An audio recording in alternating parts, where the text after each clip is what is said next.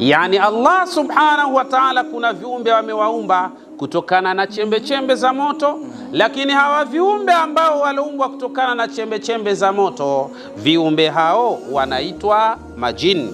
Waljinnu ala nauaini, na majini wamegawanywa katika sehemu kuu mbili.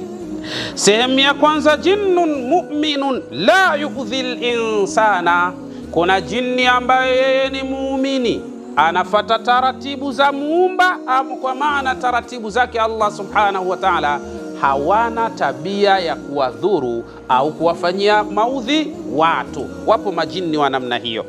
Lakini wajinnu akhar ashayatin, lakini kuna aina nyingine ya majini ambao hawa ni mashaitani. Wa huwa alladhi yuhawilu masal insani au ifraghihi au ikhafatihi, na hao ndio wale ambao wanafanya juhudi kubwa kabisa kuwaletea madhara bin adam, lakini kadhalika vile vile na kuwaharibia mifumo ya kimaisha.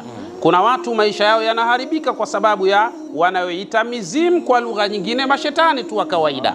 Kwa hiyo maisha yanaharibika, familia zinavurugika, mambo yanakuwa ndivyo sivyo, ili mradi wamepata madhara ya ifraghi kutokana na hawa mashaitani.